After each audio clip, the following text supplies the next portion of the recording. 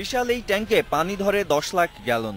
মাটির নিচ থেকে পানি তুলে এটি ভরতে সময় লাগে 8 থেকে 10 ঘন্টা। এ সময়ে পানি বিতরণ থাকে একেবারেই বন্ধ। আর বিতরণ শুরুর পর পানি শেষ হতে সময় লাগে মাত্র আধ ঘন্টা।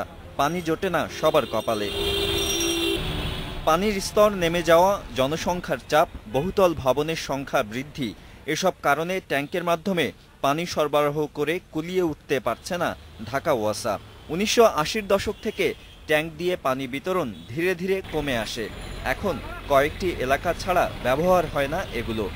জনসংখ্যার চাহিদা বৃদ্ধির সাথে সাথে লাইনের সিস্টেম প্রেশার কমতে থাকে। যখন ওভারহেড ট্যাঙ্ক বাড়লেও কিন্তু প্রথম দিকের বাড়িগুলো পানি পেত, কিন্তু দূরবর্তী বাড়িগুলোতে পানি সংকট থেকেই যাইত। তো তখন থেকে আস্তে আস্তে ওভারহেড ট্যাঙ্কের ব্যবহার হ্রাস পেতে থাকে।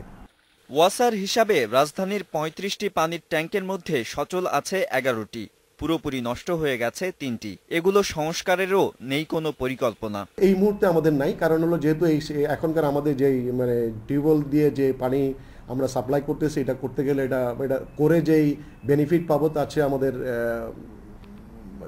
সাফারিংস বেশি হবে মানুষের। ২০২০ সালের মধ্যে রাজধানীতে 3টি পানি শোধনাগার নির্মাণ শেষ হলে পানির ট্যাঙ্কগুলো ভেঙে ফেলার বিষয়ে সিদ্ধান্ত নেওয়া হবে বলেও জানান তিনি। Nadim Mahmud, Independent News, Dhaka.